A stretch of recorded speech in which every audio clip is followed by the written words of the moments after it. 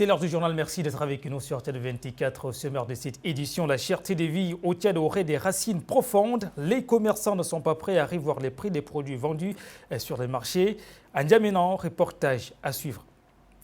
Le produit issu de la transformation des graines de néré est un condiment auquel certains donnent le nom de moutarde africaine. Et c'est le dessert de la semaine, la chronique nutrition. Bienvenue une fois de plus si vous nous rejoignez. Élection sénatoriale au Tchad, l'équipe de campagne du parti Mouvement Patriotique du Salut pour la ville de N'Djamena s'est rendue vendredi 21 février dans le 3e arrondissement pour présenter aux élus les candidats du MPS et leur projet de société.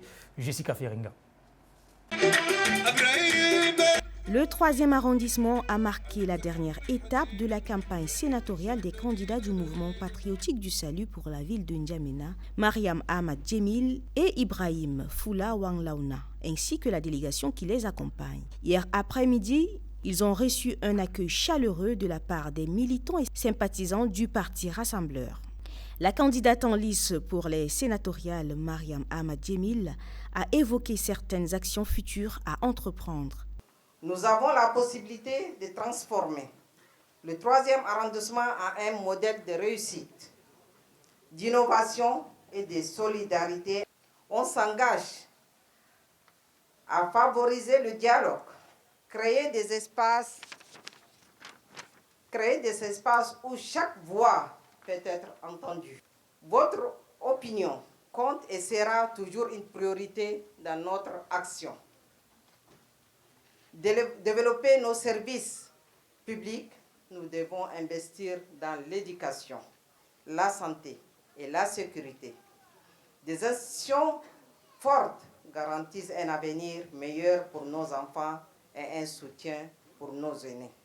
Ibrahim Foula Wanglaouna aborde l'idée d'un changement significatif, soulignant l'importance d'une connexion entre les instances dirigeantes et la base. Et c'est ça nos réalités, et cette image-là, c'est ça qu'on est venu, on veut changer. Parce qu'il n'y avait pas le relais entre effectivement l'exécutif, le conseil municipal que vous êtes et le sommet.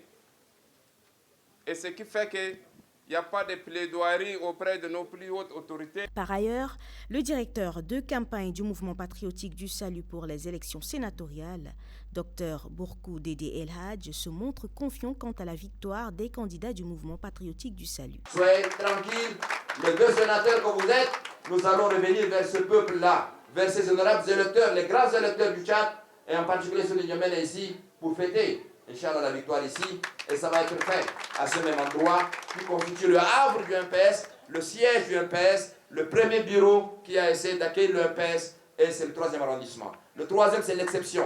Le 3e, c'est le savoir vivre ensemble. Le 3e, il n'y a pas de distinction. Ils sont en train de mûrir beaucoup d'autres ambitions pour être vos avocats de demain, pour être ces avocats de la ville de N'Djamena. C'est avec cette ambition de faire de N'Djamena la vitrine de l'Afrique que la dernière étape de la tournée des candidats du mouvement patriotique du salut s'est clos dans les 10 arrondissements de la capitale. Malgré la suspension des taxes sur certains produits alimentaires et la mise en garde des commerçants par le Premier ministre Alamé Alina, j'ai dit, la cherté des vies fait son bon chemin. En N'Djamena, les prix des produits locaux et importés grimpent. Les commerçants expliquent que ces phénomènes a des racines profondes alors que c'est la population qui en pâtit. C'est un reportage de Pafing Dioré rendu par Jessica Feringa. Dans les marchés et les lieux de vente de la ville de N'Djamena, les vendeurs ont balayé d'un revers de la main ces injonctions gouvernementales. Partout, la flambée de prix des produits de première nécessité crève l'abcès. La vie est devenue tellement chère que la population doute de l'efficacité des mesures étatiques prises pour stopper la flambée fulgurante de prix de denrées alimentaires. Rabaisser le prix des marchandises ou le maintenir d'une manière standard à tout temps, ce vendeur n'en croit pas ses yeux.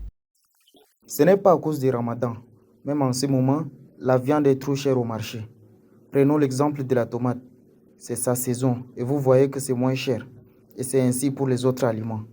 Habituellement au Tchad, à l'approche ou en plein Ramadan, la flambée artificielle de prix des aliments, surtout ceux qui rafraîchissent le corps, est sur tous les lèvres. À quelques jours seulement de la visite inopinée du Premier ministre, l'ambassadeur Alamaï Alina, au marché central, on constate toujours des augmentations artificielles de prix de certains produits. Selon cette revendeuse, le prix du gingembre en poudre file à grande vitesse. Il n'y a pas une semaine, le prix du corot de gingembre est passé de 15 000 francs à 16 000 francs CFA, a-t-elle renseigné. Des commerçants interrogés dévoilent que le mécanisme sur lequel la cherté de vie au Tchad est assise est une chaîne. Des grossistes, en passant par les commerçants, aux vendeurs en détail, tous ajoutent de la plus-value au prix des marchandises. Celle-ci n'a pas pu garder ce secret.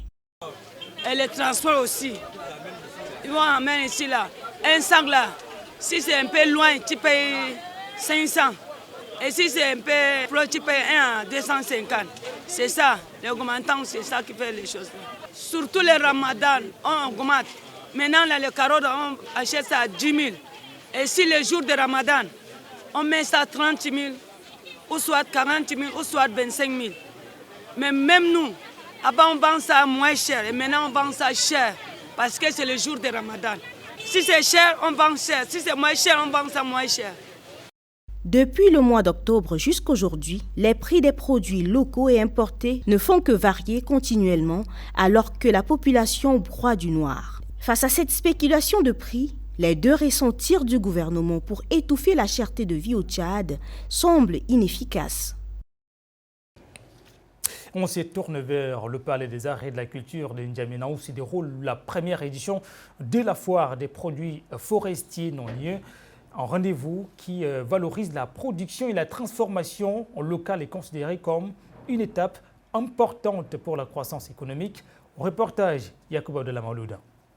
À la foire des produits forestiers non ligneux qui se déroule au Palais des Arts et de la Culture de N'Djamena, la capitale tchadienne, c'est la découverte des trésors des forêts locales. Dans ces espaces, les nérés, les tamarins, les rogniers et les miels sont rois devant différents visiteurs. Des produits qui viennent des régions du sud du pays, les Moanchari, les Mandouls et le Logon oriental. 3 régions connues pour leur biodiversité exceptionnelle. C'est aussi une occasion d'admirer la production, la transformation, malgré les manques d'industrie, des transformations qui permettent la création de la richesse et la compétitivité économique. C'est le point de départ d'une croissance économique dans la valorisation des produits locaux tchadiens. Barnabas Givi Gilou Facho, un des responsables de l'organisation de cette foire, espère un grand impact sur la société. Nous avons en fait les normes à respecter, la qualité, la traçabilité du produit et pour cela, je crois que notre projet a quelques activités à mener, mais nous pensons que les institutions de l'État qui ont en charge en fait l'accompagnement de ce domaine, notamment ANI, notamment la Chambre de commerce, font du travail dans ce sens et nous l'avons aussi capté par rapport, disons, à l'allocution du SGA du ministre du Commerce à l'ouverture de cette foire qui a aussi montré en fait l'engagement du gouvernement tchadien à accompagner les coopératives qui sont en fait dans la valorisation de ces produits forestiers non ligneux. Pour de nombreux participants, la première édition de la foire des produits forestiers non ligneux est un appel à l'éveil de conscience sur les potentialités économiques du Tchad. L'Agence d'administration des zones économiques spéciales effectue en ce moment une mission d'inspection dans la zone méridionale du Tchad. À l'issue de la visite de la zone industrielle du Logon, le directeur général de l'agence, Mamad Mayassan, tresse le constat à suivre. Cette descente sur le terrain dans la zone industrielle du Logon occidentale que l'AZES administre nous a permis de constater 2 choses. La première chose, c'est que il y a une exploitation irrégulière et non déclarée d'un site qui est affecté à l'Agence d'administration des zones économiques spéciales dans le cadre des projets des zones économiques spéciales. Et sur ces sites, nous avions constaté qu'une entreprise qui est manifestement de bonne foi, dont son représentant est derrière moi, s'y est installée. Donc il y a une unité d'embouche du bétail qui est construite. Cette unité est construite sur un espace de 100 hectares, sur les 1000 hectares qui sont dédiés au projet des zones économiques spéciales du Logon. Donc, la situation est certes irrégulière, mais peut être régularisée dans un bref délai. Donc, nous allons sommer nos partenaires, l'AHAMTCHAC, qui s'est autorisé à céder à travers un bail emphytéotique sur une très longue durée le foncier qui ne lui appartient pas à l'opérateur PAMCO.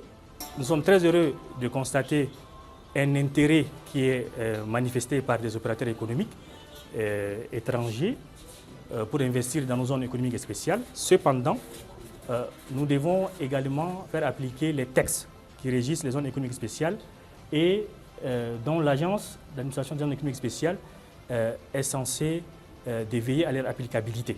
Donc nous réclamons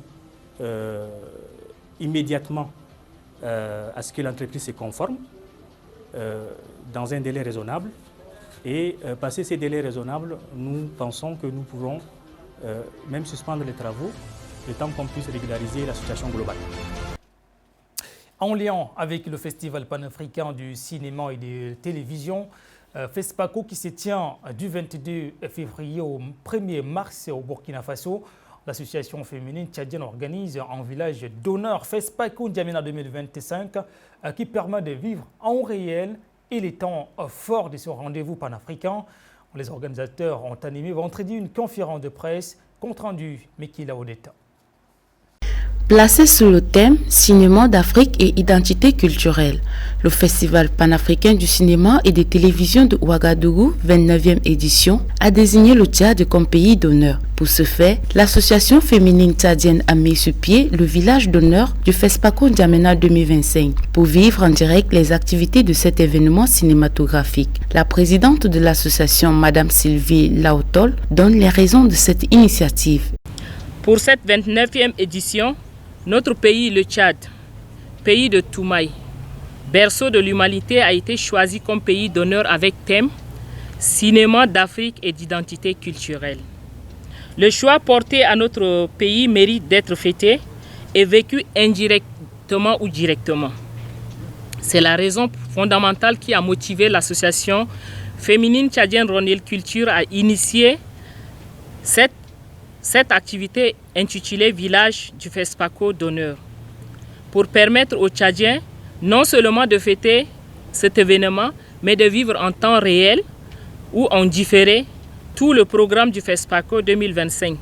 Aussi d'honorer les Burkinabés résidant en N'Djamena, car le Tchad et le Burkina sont deux pays frères et amis. Plusieurs manifestations sont programmées, aussi l'installation des stands institutionnels ou d'entreprises, stands d'exposition des œuvres d'art, stands de production et transformation des produits locaux et le stand restauration et boissons. Pour la réussite de cet événement, il est prévu de conférences, débats, plateaux télé autour de la thématique du cinéma tchadien, prestations des artistes musiciens, humoristes, ballets et danses, projections de films tchadiens et de séries tchadiennes en compétition et hors compétition. Le village d'honneur du FESPACO N'Djamena 2025 s'est donné le droit de transmettre en direct les temps forts du FESPACO 2025. Et puis, le produit issu de la transformation des graines de néré est un condiment auquel certains donnent le nom de moutarde africaine. Au Tchad, certains l'appellent daoudawa. C'est notre chronique nutrition de cette semaine. C'est avec Fanta Assoui. Le néré, arbre fruitier de la savane guinéenne en général et de la Haute-Guinée en particulier, jouit dans cette zone d'une grande notoriété du fait de son importance dans l'alimentation et la médecine traditionnelle. À partir de l'arbre à néré, considéré comme un objet du patrimoine, cet article se propose de montrer que les femmes ont acquis au fil des générations un savoir-faire de transformation de ce produit en condiment. Dans le domaine de l'alimentation, le néré est très utilisé pour assaisonner les mets. C'est un fruit qui aide les populations, surtout dans les périodes qui précèdent la saison des pluies. À la fois consommé par les humains et les animaux, le néré est la nourriture de toutes les espèces de singes vivant dans la zone où on a cet arbre-là. L'arbre joue aussi un rôle extrêmement important dans la production de miel. Le néré est très riche en protéines, en fer, mais aussi en vitamines et en iode. Comme il contient de l'iode, il participe à la réduction des produits de goitre. La présidente générale de l'établissement Julie, la rose verte, Madame Julie Meyan, explique les vertus des nérés. L'arbre qui produit le néré, cet arbre soigne traditionnellement dans mon village. Quand un enfant a les blessures, plaies à la fesse, on appelle ça un sarguinde. On prend l'écorce de l'arbre, on fait bouillir et après on laisse refroidir, on met l'enfant. On fait ça pendant 2-3 jours et ça part. Et ces feuilles même sont utilisées pour soigner les fièvres. Et ça, c'est très bon pour la sauce. Très bon pour la sauce. Ça soigne plutôt la tension. C'est notre magie locale. Ça soigne la tension et la goitre aussi. Le néré est connu en Afrique pour sa capacité pour prévenir l'hypertension, voire la diminuer. Sa consommation permettrait de prévenir ou de réduire certaines formes d'anémie. Il semble qu'il est bon dans les traitements de certains cas de décalcification. On lui attribue un pouvoir de renforcement des défenses humanitaires, principalement en matière de prévention du cancer. Mesdames, Messieurs, c'est la fin de cette édition. Merci à tous de l'avoir suivi.